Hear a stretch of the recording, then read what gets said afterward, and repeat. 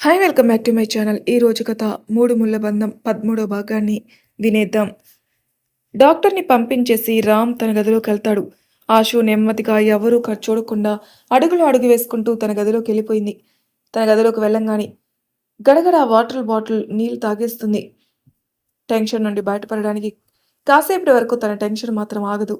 ఈ సచ్చినుడు నాకు టెన్షన్తో హార్ట్అటాక్ తెప్పించేలా ఉన్నాడు. ఈసారి చాలా జాగ్రత్తగా ప్లాన్ చేయాలనుకుంటూ ఉండగా రామ్ అశు గదిలోకి అడుగు పెడతాడు. అది చూసి వచ్చేశాడు. ఎక్కడ ఇల్లంతా తిరిగేస్తానేమని వీడి అనుమానం అని అనుకుంటూ రామ్ని తినేసేలా చూస్తుంది. రామ్ అశుని గమనిస్తూ తిన్నావా అని అడుగుతాడు. "హ్మ్, అత్తయ్య తినిపించారు" అని టెడ్డీని ఒళ్ళో పెట్టుకొని చెప్తుంది. మా అమ్మతో పనులు చేయించుకుంటున్నావా అని కాస్త సీరియస్గా అడుగుతాడు. నేనేం అడగలేదు, అత్తయ్య తినిపించారు, కావాలంటే వెళ్ళి అత్తయ్యని అడుగు. సర్లే. అవును, నువ్వేంటి అప్పుడే వచ్చేసావు అని కాస్త అనుమానంగా చూస్తూ అడుగుతుంది. ఇది నా ఇల్లు, నా ఇష్టం, ఎప్పుడు కావాలంటే అప్పుడు వస్తా, ఎప్పుడు కావాలంటే అప్పుడు వెళ్తా, నీకేంటే మధ్యలో అని కాలర్ ఎగరేసి చెప్తాడు రామ్. "ష్, వీడిని ఏదడిగినా తిన్నగా సమాధానమే ఇవ్వడు అని మనసులో అనుకుని ఊరికి అడిగాను మహానుభావా అని చెప్తుంది. సర్లే, పొద్దున వాకింగ్ చేసావా అని అడుగుతాడు. లేదు, సాయంత్రం చేస్తా. చంపుతాను, డాక్టర్ ఏం చెప్పారు? పొద్దున్నే వాకింగ్ చేయాలని చెప్పారా లేదా? రేపటి నుండి చేస్తానులే అని టెడ్డీని పట్టుకుని మంచం మీద నడుం వాలుస్తూ చెప్పింది. రామ్ ఆశుని చూస్తూ సరే మర్చిపోకు అని చెప్పి ముందుకు కదులుతాడు. ఒక అడుగు ముందుకు వేసి చూపుడు వేలతో నుదురుని చిన్నగా రబ్ చేసుకుంటూ ఏం ఆలోచించాడో ఏమో వెనక్కొచ్చి మంచం మీద పడుకున్న అశు మొహాన్ని పట్టుకుని పక్కకు తిప్పి అశు బుగ్గ మీద ముద్దు పెట్టుకుని వెనక్కి తిరిగి చూడకుండా వెళ్ళిపోతాడు. రామ్ చేసిన పనికి చిన్నపాటి షాక్ కొట్టినట్టు అవుతుంది అశుకి. అప్పుడే తిడతాడు, అప్పుడే ముద్దు పెట్టుకుంటాడు. అసలెందుకు తిడతాడో తెలీదు, ఎందుకు ముద్దు పెట్టుకుంటాడో తెలీదు. నన్ను పిచ్చిదాన్ని చేస్తున్నాడు ఈడియట్, రౌడీ అని తిట్టుకుంటూ నెమ్మదిగా నిద్రలోకి జారుకుంటున్న అశు. అలా ఒక 2 రోజులు గడుస్తాయి. మహేంద్ర గారిని కలుద్దామనుకుంటే అశుకు అస్సలు కుదరదు. యశోద గారు లేకపోతే మణి, ఇలా ఎవరో ఒకరు ఉంటున్నారు తన దగ్గర ఇప్పుడు. దాంతో అందరి పనులు టైమింగ్స్ అబ్జర్వ్ చేస్తుంది. ఎవరెవరు ఎప్పుడెప్పుడు బయటికి పనులు వెళ్తుంటారు అనేది అంతా అబ్జర్వ్ చేస్తూ ఉంటుంది. చూస్తుండగానే వీకెండ్ వచ్చేస్తుంది. లహరి, జాను పొద్దున్నే రెడీ అయిపోతారు అశుని చూడ్డానికి. సుధీర్, రామ్ కలిసి బయటికెళ్లే ప్లాన్ చేసుకుంటారు. లహరి వాళ్ళని అశు దగ్గరికి తీసుకెళ్ళడానికి రామ్ని ఒప్పిస్తాడు సుధీర్. సుధీర్, లహరి వాళ్ళ ఫ్లాట్కి చేరుకుంటాడు. జాను అశు కోసమని రకరకాల ఫ్రూట్స్, ఆశుకి ఇష్టమైన చాక్లెట్స్ అన్ని బ్యాగ్లో సర్దుతూ బెడ్రూమ్లో ఉంటుంది. లహరి హాల్లో తను అశు కోసమని చేసిన పాయసాన్ని గిన్నెలో సర్దుతూ ఉంది. ఫ్లాట్ డోర్ తెరిచే ఉండేసరికి సుధీర్ సరాసరి లోపలికొస్తాడు. ఎదురుగా హడావిడిగా సర్దుతున్న లహరిని చూసి తన దగ్గరికి వెళ్తాడు. హాయ్ లహరి అని పిలుస్తాడు సుధీర్. లహరి వెనక నుండి సడన్గా ఎవరో మాటలు వినిపించేసరికి కంగారుగా వెనక్కి తిరుగుతుంది లహరి. అలా తిరగడంతో ఎదురుగా ఉన్న సుధీర్ని గుద్దుకొని పడిపోబోతుంటే లహరి నడుం పట్టుకుని పడకుండా ఆపుతాడు సుధీర్. అమాంతం తన దగ్గరికి లాక్కుంటాడు. సుధీర్ని అంత దగ్గరగా చూసేసరికి లహరి గుండె ఓవర్ ఫాస్ట్గా కొట్టుకుంటుంది. అసలే మొన్న ఆఫీస్లో బాబుని గట్టిగా హాక్ చేసుకుంది. ఇప్పుడేమో ఏకంగా సుధీర్ బాహువుల్లో బందీ అయిపోయింది. సుధీర్, లహరి ఒకరి కలలో ఒకరు అలానే చూసుకుంటూ ఉంటారు. బ్యాగ్ సర్దుకోవడం అయిపోవడంతో హాల్లోకి వస్తుంది జాను. సుధీర్ లహరిని ఆ పొజిషన్లో చూసి ఒక్కసారిగా షాక్ కొట్టిన కాకిలా అయిపోతుంది. ఎంతసేపటికి ఇద్దరు వదలకుండా అలానే ఉండడంతో గొంతు సవరించుకుంటూ చప్పుడు చేస్తుంది. ఆ శబ్దానికి స్రోలో వచ్చి లహరిని వదిలేస్తాడు సుధీర్. లహరి కూడా దూరం జరుగుతుంది. సారీ, మీరు రెడీ అయితే వెళ్దామా అని అడుగుతాడు. అని తల ఊపుతుంది లహరి. సరే, నేను కింద ఉంటాను, మీరు వచ్చేయండి అని చెప్పి వెళ్ళిపోతాడు. సుధీర్ వెళ్ళిపోయాక హమ్మయ్య అనుకుంటూ కూర్చుంటుంది లహరి. జాను లహరి దగ్గరకొచ్చి ఏంటే మ్యాటర్ అని అనుమానంగా లహరిని చూసి అడుగుతుంది. మ్యాటర్ ఏంటి, ఏమీ లేదు అని తడబడుతూ చెప్తుంది. ఓహో, ఏమీ లేకుండానే కళ్ళలోకి కళ్ళు పెట్టుకుని చూసుకునేంత వరకు వచ్చిందా అని అడుగుతుంది జాను. అబ్బబ్బా, అక్కడ ఏమీ లేదే, నువ్వేదేదో ఊహించుకోకు, ముందు పద, సార్ వెయిట్ చేస్తుంటారు అని చెప్పి కావలసినవన్నీ తీసుకుంటుంది లహరి. చూద్దాం ఏముందో ఏం లేదో అనుకుంటుంది జాను కూడా. సుధీర్ తన కారులో కూర్చొని బాబోయ్, ఏంటి తన కళ్ళు అంత అందంగా ఉన్నాయి, కొంచెం ఉంటే నేను కంట్రోల్ తప్పిపోయేవాణ్ణి, ఏ మాటకు ఆ మాట చెప్పుకోవాలి, లహరి చాలా అందంగా చూడ చక్కగా ఉంటుంది అనుకుంటూ అంతలోని నోనో, నేను ఇలా ఆలోచించకూడదు, రామ్ గాడికి తెలిసిందంటే నా పని అయిపోతుంది, లహరితో ఉన్నప్పుడు నా హద్దుల్లో నేను ఉండాలనుకుని మనసుకి ట్యూన్ చేసుకుంటూ ఉంటాడు. లహరి జాను రాగానే సైలెంట్గా ఏం మాట్లాడకుండా వాళ్ళని ఎక్కించుకుని రామ్ ఇంటికి పోనిస్తాడు. రామ్ వాళ్ళింటికి చేరుకోగానే ఏదో ఇంద్రభవనాన్ని చూస్తున్నట్టు నోరు తెరుచుకొని మరీ చూస్తుంటారు జాను, లహరీలు. సుధీర్ వాళ్ళ ఎక్స్ప్రెషన్ చూసి నవ్వుకుంటాడు. కార్ని ఎంట్రన్స్ దగ్గర ఆపుతాడు సుధీర్. జాను, లహరి ఆశ్చర్యంగా బుజ్జి చెప్తే ఏదో అనుకున్నాను. ఇల్లు ఎంత పెద్దగా ఉందో కదా అని మాట్లాడుకుంటారు. చూసింది చాలు ముందుకు నడవండి అని చెప్పి లోపలికెళ్తాడు సుధీర్. సుధీర్ వెనకాలే జాను, లహరి వెళ్తారు. లోపలికి అడుగు పెట్టగానే ఎదురుగా రామ్ ల్యాప్టాప్ పట్టుకుని సీరియస్గా పని చేసుకుంటూ ఉంటాడు. ఇద్దరు రామ్ని చూసి తిట్టుకుంటూ ఉంటారు. రామ్ వచ్చిన వాళ్ళని చూసి అసలు నా ఇంట్లోకి ఆ రాక్షసిని అడుగు పెట్టనివ్వకూడదు అనుకున్నాను. కానీ ఇప్పుడు దీని తోకలు కూడా తయారయ్యారు. కర్మ కర్మ ఏం చేస్తాం అనుకుని సుధీర్తో వాళ్ళని ఆశు గదిలోకి తీసుకెళ్ళు, నువ్వురా మనం బయటికెళ్ళాలి అని చెప్తాడు రామ్. సరేరా అని చెప్పేసి జాను, లహరిలకి ఆశు రూమ్ చూపిస్తాడు. వీళ్ళిద్దరూ వెళ్ళిపోగానే సుధీర్, రామ్ కలిసి బయటికెళ్తారు. అప్పుడే వాకింగ్ పూర్తి చేసుకుని స్నానం చేసి వస్తుంది ఆశు. తన గదిలో లహరి, జానులు చూసి ఆశ్చర్యపోతుంది. సంతోషంగా వాళ్ళని హత్తుకుని, మీరేంటే ఇక్కడ? ఇక్కడికి వస్తున్నట్టు కనీసం నిన్న ఫోన్ చేసుకున్నప్పుడు కూడా చెప్పలేదు అని అడుగుతుంది. నీకు సర్ప్రైజ్గా ఉంటుందని చెప్పలేదే. నీకు తెలుసా, మేము అడక్కముందే సుధీర్ సారే అడిగారు, వీకెండ్ ఆశుని కలుస్తారా, తనకి ఒంటరిగా ఉన్నాననే ఫీలింగ్ పోతుందని చెప్పారు. వెంటనే ఇదిగో ఇక్కడికి వచ్చేసాం. అవునా, సూపరే. ఎంతైనా అన్నయ్య ఆ రౌడీలా కాదు, నన్ను అర్థం చేసుకున్నాడు. అన్నయ్య అంటే అని ఆశ్చర్యంగా అడుగుతుంది లహరి. సుధీర్ సార్ నన్ను తన చెల్లిగా అనుకుంటున్నాడు. ఆ రౌడీ నుండి నన్ను సేవ్ చేస్తాడులే. పాపం నేను సంతోషంగా ఉండాలని చాలా ప్రయత్నిస్తున్నాడు. అందుకే నేను తన అన్నయ్యని అన్నయ్య అని పిలవాలని ఫిక్స్ అయ్యాను.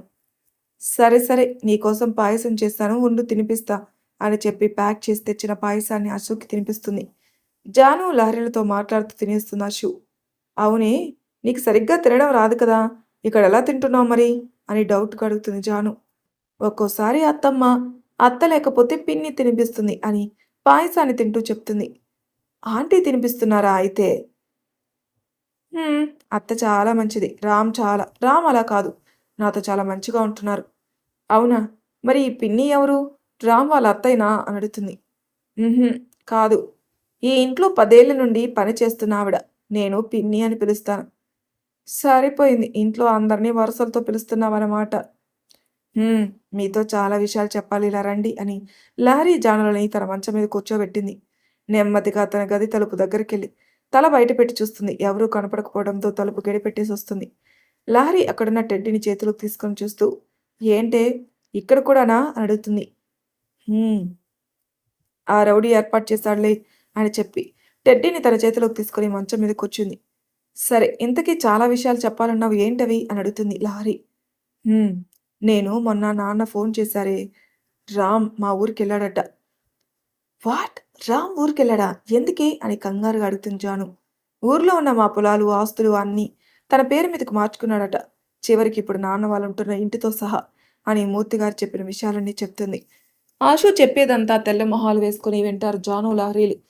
ఇది చాలా అన్యాయమే. అసలు రామ్ ఏమనుకుంటున్నాడు తన గురించి? ఆంటీ, అంకుల్ పరిస్థితి ఏంటిప్పుడు? అయినా అసలెలా ఆస్తులన్నీ తన మీదకి రాయించేసుకుంటాడు? ఈ విషయం తెలిసాక నువ్వు రామ్‌ని నిలదీయలేలా అని ఆవేశంగా అడుగుతుంది లహరి. అడగకుండా ఉంటానా? అడిగి తిట్టించుకున్నాను కూడా. ఇదంతా వాడు కావాలనే చేస్తున్నాడే. అడిగితే నీకెందుకు, నోరు మూసుకొనుండు అని నన్ను ఇష్టం వచ్చినట్టు తిడుతున్నాడు. ఇది చాలా దారుణమే. రామ్ తనకిష్టం వచ్చినట్టు చేస్తుంటే మనం నోరు మూసుకొని కూర్చోవాలా? పదండి వెళ్ళి అడుగుదాం అని కోపంగా లేచి నిలబడి చెప్తుంది జాను. జాను పాప ఆవేశపడింది చాలు, కూర్చో. నువ్వు అడిగిన వెంటనే ఆ రౌడీ చెప్పేస్తాడని అనుకుంటున్నావా? అంత లేదమ్మా. మీరు వెళ్ళిపోయాక నన్ను వాయగొడతాడు. అయితే ఏంటే, తను ఏం చేస్తున్నా అడగకుండా నోరు మూసుకొని ఉండాలా అని అసహనంగా అడుగుతుంది. నోరు మూసుకొని ఉండాలని నేను చెప్పానా? వాడితో తెలివిగా వ్యవహరించాలి. అయినా నా ప్రయత్నం నేను చేస్తున్నాను. రామ్ ఇదివరకు నాతో చాలాసార్లు అన్నాడు, అమ్మా నాన్నల వల్ల తన కుటుంబానికి ఏదో అన్యాయం జరిగిందని. దానికోసం ఇంతలా ఇలా చేస్తున్నాడేమో అని నాకు అనిపిస్తుంది. అందుకే అసలు రామ్ గురించి, తన ఫ్యామిలీ గురించి తెలుసుకోవడానికి ప్రయత్నిస్తున్నాను. రామ్ వాళ్ళ అమ్మగారిని అడిగితే ఆవిడ చెప్పలేనని చేతులెత్తేశారు. ఇంట్లో ఉన్న పని వాళ్ళకి ఫ్యామిలీ విషయాలు తెలియవట. అందుకే ఎలా తెలుసుకోవాలని అనుకుంటుంటే అప్పుడు తెలిసింది, రామ్‌కి ఫాదర్ ఉన్నారని. ఆయన మొన్ననే కోమా నుండి బయటపడ్డారట. ఈ ఇంట్లోని ఒక గదిలో ఆయన ఉంచి ఆయనకి ట్రీట్మెంట్ ఇప్పిస్తున్నారు. అసలు మామయ్యకి ఏమైందో తెలుసుకోవాలి. ఒకవేళ మామయ్యకి జరిగిన దానికి నాన్న వాళ్ళకి ఏమైనా సంబంధం ఉందేమో కనుక్కోవాలి. ఈ విషయాల గురించి తెలిస్తే కానీ రామ్ ప్రవర్తన వెనకాల ఉన్న కారణం మనకు తెలీదు అని చెప్తుంది అశు. ఏమంటున్నావు బుజ్జి? రామ్ వాళ్ళ నాన్నగారు కోమాలో ఉన్నారా ఇన్నాళ్ళు అని ఆశ్చర్యంగా అడుగుతుంది లహరి. అదే కదా చెప్పాను. చెప్పిందంతా విని అలా కప్పలా నోరు తెరుచుకుని అడుగుతావేంటే? అది కాదే, అయితే మరిప్పుడు రామ్ గురించి తెలుసుకోవడం ఎలా? అంటుంది లహరి. ఏమో తెలియట్లేదు. అత్తయ్య చెప్పరు, మామయ్య చెప్పలేరు. పని వాళ్ళకి తెలీదు. ఇక తెలిసింది రామ్ ఒక్కడికే. రామ్ నుండి ఈ విషయాలు రప్పించడం కష్టం. ఎలా తెలుసుకోవాలో అర్థం కావడం అని నిట్టూరంగా చెప్తుంది. పోనీ సుధీర్ సార్‌కి తెలిసేమో! రామ్‌కి క్లోజ్ ఫ్రెండ్ కదా! ఏవైనా విషయాలు తెలుస్తాయేమో అని చాలాసేపు ఆలోచించి చెప్తుంది లహరి. అబ్బా! ఏం తెలివేది నీది. ఆ మాత్రం బుర్ర నాకు లేదనుకున్నావా? ముందు నేనడిగింది సుధీర్ అన్నని. తను చెప్పలేనని చేతులెత్తేశాడు. అవునా? మరిప్పుడెలా? చూద్దాం. ఏదో ఒక దారి దొరక్కపోదు. ఈలోపు మావయ్య నుంచి మంచిగా చేసుకోవాలి. అసలే నేను వాళ్ళ నాన్నగారి గది వైపుకు వెళ్ళకూడదని నాకు స్ట్రాంగ్ వార్నింగ్ ఇచ్చాడు రామ్. అందుకే రామ్ లేని టైంలో మావయ్యతో మాట్లాడాలి. హ్మ్. అయితే ఈ విషయాన్ని అంకుల్ వాళ్ళకి తెలుసా? లేదే. ముందు అసలు విషయం ఏంటో తెలుసుకోవాలి. నాకు తెలిస్తేనే కానీ ఈ సంగతులేవి నాన్నతో చెప్పాలని అనుకోవట్లేదు నేను. అదే మంచిదేలే. లేకపోతే వాళ్ళు అనవసరంగా టెన్షన్ పడతారు అంది లహరి. సరే పదండి. అత్తయ్యకి మిమ్మల్ని పరిచయం చేస్తాను అని చెప్పి లహరి జానుల హాల్లోకి తీసుకెళ్తుంది. అత్తయ్య, వీళ్ళు నా ఫ్రెండ్స్ లహరి, జాను అని పరిచయం చేస్తుంది అచ్చు. యశోద గారు నవ్వుతూ ఇద్దరిని పలకరిస్తారు. అత్త, ఇప్పుడు రామ్ లేడు కదా, మనం ఆడుకుందామా అని ఉత్సాహంగా అడుగుతుంది. సరేలే కానీ నువ్వు ముందు టిఫిన్ తినాలి, ఆ తర్వాతే ఆడుకోవడం. అయ్యో, ఇందాక లహరి పాయసం తెచ్చింది అత్త, అది తినేసానుగా అని చెప్తుంది. పాయసం ఎంత తింటావు? కొంచెమే కదా, అందుకే టిఫిన్ తినాలి. మీరు కూడా రండమ్మా అని లహరి జానుల వైపు చూసి చెప్తారు. ఆశోకి టిఫిన్ తినిపిస్తారు యశోద. పక్కనే కూర్చుని వాళ్ళని చూసి సంతృప్తిగా లహరి, జాను కూడా టిఫిన్ చేస్తారు. ఆ తర్వాత నలుగురు కలిసి ఆటల్లో పడతారు. ఆటలైపోయాక మధ్యాహ్నం భోజనం చేసి యశోద గారు నిద్రపోతారు. లహరి, జానులు కూడా కాస్త నడుము వాలేస్తారు. ఆశుకి మాత్రం నిద్ర పట్టదు. మహేంద్ర గారిని చూద్దామని అనుకుంటుంది. అనుకున్నదే తడువుగా తన గదిలో నుండి బయటకొస్తుంది. సరిగ్గా అప్పుడే మణి ఎదురొస్తుంది తనకి. ఎక్కడికి చిన్నమ్మా అని అడుగుతుంది మణి. అబ్బే ఇక్కడికే, టీవీ చూద్దామని అని కాస్త తడబడుతూ చెప్తుంది అశు. ఇంతకీ నువ్వు ఎక్కడికి పిన్ని అని అడుగుతుంది మణిని. చిన్నబాబు గది క్లీన్ చేయడానికి వెళ్తున్నానమ్మా. బాబుంటే చేయనివ్వరు, అందుకే బాబు బయటికెళ్ళా క్లీన్ చేస్తానని చెప్తుంది రామ్ గది వైపుకు వెళ్తూ మణి. అది చూస్తున్న ఆశు బుర్రలో ఒక ఆలోచన వస్తుంది. ఈ రౌడీ గదిలో మనకి పనికొచ్చే విషయం ఏమైనా ఉందేమో అనుకుంటుంది. మణి వెళ్ళేటప్పుడు రామ్ గది ఎటువైపు ఉందో చూసుకుంటుంది. ఒక పావు గంట తర్వాత మణి పని పూర్తి చేసుకొని తిరిగి వచ్చేస్తుంది. మణి వెళ్ళిపోవడం గమనించి నెమ్మదిగా రూమ్ గది వైపుకు వెళ్తుంది. ఎవరూ చూడలేరని నిర్ధారించుకుని రామ్ గదిలోకి అడుగు పెడుతుంది. ఆ గదిని చూసి ఒక్కసారిగా ఆశ్చర్యపోతుంది. Light blue and white colour కాంబినేషన్లో ఇంటీరియర్ డిజైన్ చేస్తుంది. విశాలమైన మంచం, గోడకి చిన్న చిన్న పెయింటింగ్స్. ఒకవైపుకి మహేంద్ర, యశోద గారి మధ్యలో నవ్వుతూ నిలబడి ఉన్న రామ్ ఫోటో కనిపిస్తుంది. అప్రయత్నంగా తన అడుగులు ఆ ఫోటో వైపు పడతాయి. ఆ ఫోటోని తన చేత్తో తరుముతూ ఉండగా ఒకే ఒక్క ఈవినింగ్ వస్తాను అని ఫోన్లో మాట్లాడుకుంటూ వస్తున్న రామ్ మాటలు వినిపించేసరికి బిగుసుకుపోతుంది అశు. నా కర్మ కాకపోతే నేనే పని చేసిన ప్రతిసారి ఇలా రామ్‌కి దొరికిపోయేలా చేస్తున్నావేంటి దేవుడా! అసలే మొన్న డాబర్‌మన్‌లా మీద పడి అరిచాడు. ఇప్పుడు ఇక్కడ నన్ను చూస్తే ఏకంగా చంపేస్తాడు. ఎందుకు స్వామి నీకు నేనంటే ఇంత పగ అని ఒక పక్క రామ్‌ని, ఒక పక్క దేవుడిని తిట్టుకుంటూ డ్రెస్సింగ్ రూమ్‌లోకి వెళ్లి దాక్కుంది. రామ్ తన గదిలోకొచ్చి రూమ్ అంతా నీట్‌గా ఉండడం చూసి గుడ్ అనుకుంటూ ఫ్రెష్ అవ్వడానికి వాష్‌రూమ్‌కెళ్తాడు. అదే సరైన సమయం అనుకుని డ్రెస్సింగ్ రూమ్ నుండి బయటపడుతుంది అశు. బయటికెళ్దాం అనుకునే లోపే మంచం మీదున్న దుండు కింద ఒక పుస్తకం లాంటిది కనిపిస్తుంది. ఆ పుస్తకం చూసి ఆగిపోయి తన చేతుల్లోకి తీసుకొని చూస్తుంది. అదొక డైరీ. ఓపెన్ చేయగానే నా రౌడీ అని కనిపిస్తుంది లోపల. నా రౌడీనా? ఎవరిది? అయినా వీడికి డైరీ రాసే అలవాటు కూడా ఉందా? చిన్నప్పటి నుండి ఎప్పుడూ చూడలేదే. వెంటనే దీన్ని చదివేయాలి అని. ఇది చదివితే ఏమైనా తెలుస్తుందేమో అని అనుకుని రామ్ వాష్రూమ్ నుండి రాకముందే డైరీ తీసుకుని బయటపడాలని హడావిడిగా డైరీని చీరతో కప్పేసి అక్కడి నుండి వెళ్ళడానికి అడుగు ముందుకేస్తుంది. ఇంతలో ఏయ్, ఏం చేస్తున్నావిక్కడ అన్న రామ్ మాట కరుగ్గా వినిపించేసరికి బొమ్మలా అలాగే ఉండిపోతుంది అశు. మరి తర్వాయి భాగంలో ఏం జరుగుతుందో నెక్స్ట్ ఎపిసోడ్‌లో తెలుసుకుందాం. అంతవరకు నా ఛానల్ సబ్స్క్రైబ్ చేయని వాళ్ళు ప్లీజ్ సబ్స్క్రైబ్ చేసుకోండి. లైక్ చేసి షేర్ చేయండి. మీ అభిప్రాయాలు నాకు కామెంట్ రూపంలో తెలియజేయండి. Thank you for listening.